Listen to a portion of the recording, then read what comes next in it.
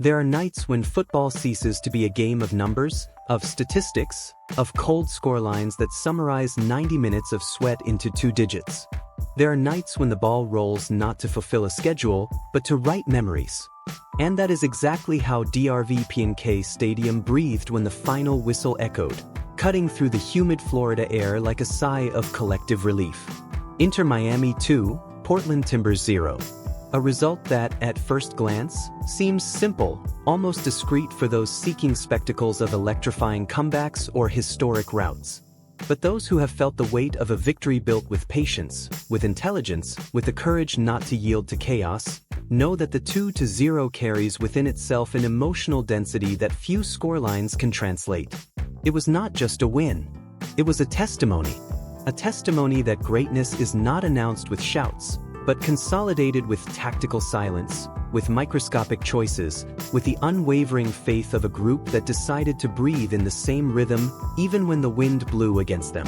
The stadium, even before the ball touched the center circle, already vibrated like a living organism. It was not just a crowd, it was a tide. Pink and black jerseys waved like banners of renewed faith, chants rose from the stands like waves crashing against the players' backs, and the air carried that almost palpable electricity that only exists when thousands of people share the same dream, the same hope, the same fear disguised as optimism. The Portland Timbers, known for their tradition, for their grit, for their ability to transform any confrontation into a trench battle, arrived with the posture of those who know that nothing will be given, that every meter of the pitch will be contested with tooth and nail, that victory will only come to those willing to bleed for it. And Inter Miami, aware of the opponent they faced, did not enter the field to show off, but to exist. To impose their identity without losing their essence, to seek the goal without abandoning solidity, to play with their soul exposed, but with their minds sharp. The first minutes were a study in patience. The match did not begin with a bang, but with a tactical chess game where every pass was a question, every marking was an answer, every movement off the ball was a silent promise that space would be created not with brute force, but with spatial intelligence. The Timbers pressed high, surrounding the ball outlet, trying to suffocate circulation, seeking error in haste. Inter Miami, in turn, did not panic. There were no desperate long balls, no passes cut by anxiety. There was calm. There was Busquets dictating the rhythm like a metronome that transforms chaos into music. There was Alba rising with the precision of someone who already knows where the ball will arrive before it is even touched. There was Messi dropping back to seek the ball, dragging markers, opening corridors like a maestro who rearranges the orchestra without losing the melody. The tension was visible not as fear, but as absolute concentration, as if the entire stadium was holding its breath, waiting for the instant when balance would break. And then, in the 34th minute, the universe of football made its choice. Not with a disconcerting individual play, not with a shot from outside the area that defies physics, but with the surgical precision of someone who had already rehearsed that movement thousands of times in mind and in training. The ball recovery in the central sector was quick, almost invisible to inattentive eyes. The transition was not a shot at goal, but an invitation to geometry, triangulation at the edge of the area, diagonal movement that dragged the marker, space created not with speed, but with reading. The ball arrived clean, without excessive force, but with the clarity of a thought executed without hesitation. The touch was dry, close to the grass, into the corner opposite the goalkeeper's desperate stretch. The net bulged with a muffled, almost intimate sound, as if the stadium itself recognized that this was the moment. There was no egocentric celebration. There was a collective embrace, there were contained tears, there was the silent recognition that this goal was not the work of one man, but the sum of dozens of invisible choices, of the fullback who covered the run, of the midfielder who intercepted the pass, of the attacker who attracted the marking, of the coach who believed in the formation, of the fitness trainer who kept the body ready, of the psychologist who calmed the mind. The scorer looked at his teammates not as someone asking for applause, but as someone thanking them for having gotten this far. Because he knew deep down that glory is not conquered alone.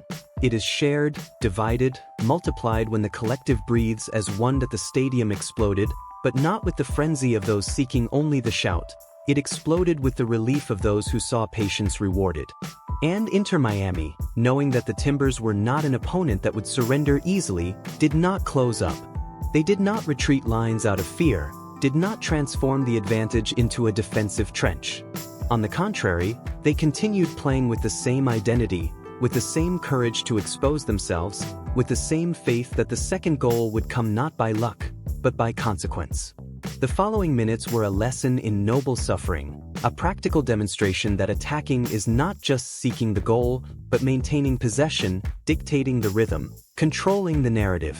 The Timbers pressed, sought the equalizer with the coldness of those who do not accept a traced destiny, created chances, tested the defense, but Inter Miami responded with organization, with reading, with the courage to defend not as those who fear, but as those who trust. Every tackle was a prayer, every clearance was an act of faith, every minute that passed on the clock was a sigh of materialized hope. And in the 71st minute, the second act consolidated. It was not a lucky play, not a fortuitous rebound, not a play born from chaos. It was a goal built with tactical patience, with qualified circulation, with the courage to wait for the right moment. The ball circulated through midfield, found the left flank, crossed to the center, where the attacker, with perfect timing, anticipated the marking and finished with class. 2-0. The stadium experienced another moment of ecstasy, but this time, the ecstasy came accompanied by a silent certainty. The match was defined not by force, but by intelligence, not by haste, but by patience, not by individualism, but by unity. The embrace that followed was not protocol, it was visceral. There was relief on the shoulders of those who knew the work was being honored, there was gratitude in the eyes of those who understood that this result was not a gift, but a conquest. And on the other side, the Timbers, even defeated, left the field with their heads held high. They fought, they pressed, they created, they demonstrated identity. Football, on that night, was not about humiliating, it was about competing with honor, about respecting the opponent, about showing that the beauty of the game resides in fair dispute, in total dedication, in the pursuit of a common objective. When the referee brought the whistle to his mouth and the sound cut through the air like a cry of relief, the world collapsed into emotion. There was no restraint. There was no protocol. There were embraces that squeezed the chest, tears that wet the pitch, shouts that rose to the heavens. The captain ran to the center of the field, but did not raise his arms in immediate triumph. First, he looked at his teammates. He looked at the bench. He looked at the coaching staff. Because he knew deep down that this victory was not of one man. It was of a collective that, in moments of pressure, chose unity. The fans, who had sung during the entire 90 minutes, who had believed even when the score was 0, who had vibrated with every play as if it were the last, invaded the surroundings of the field in a wave of unconditional love.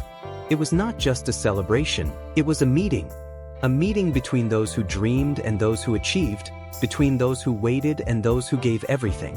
There were parents with children on their shoulders, there were young people with jerseys soaked in sweat and emotion, there were elders with teary eyes recalling past nights. The entire stadium breathed as a single organism, pulsating, alive, grateful. This 2-0 is not just a number. It is a symbol. It is proof that Inter Miami is not just building a team, but an identity. It is the certainty that the path is long, that the challenges will be even greater, but that the foundation is built on cement of resilience and steel of unity. For the players, it is the relief of those who carried the weight of expectation and transformed it into legacy. For the fans, it is the memory that will be told to children, to grandchildren as if it were legend, but that in truth was reality lived, felt, cried, and celebrated. It is proof that patience defeats haste, that organization surpasses improvisation, and that when a group breathes in the same rhythm, there is no opponent that will not bow, no time that will not be overcome, no victory that will not be conquered. Football, in the end, is not about winning or losing. It is about feeling. It is about remembering that, even on the most difficult days, there is still beauty. There is still unity. There is still a group of men, with a ball at their feet and a dream in their chest, making the entire world stop and, for a few seconds, believe that anything is possible. And on that night, under the lights of Florida, Inter Miami proved that it is. May the echo of that final whistle not fade. May it continue to resonate, not as a passing memory, but as a renewed promise. Because glory is not measured by what is raised in one night, but by what is built the next day. And the next day has already begun.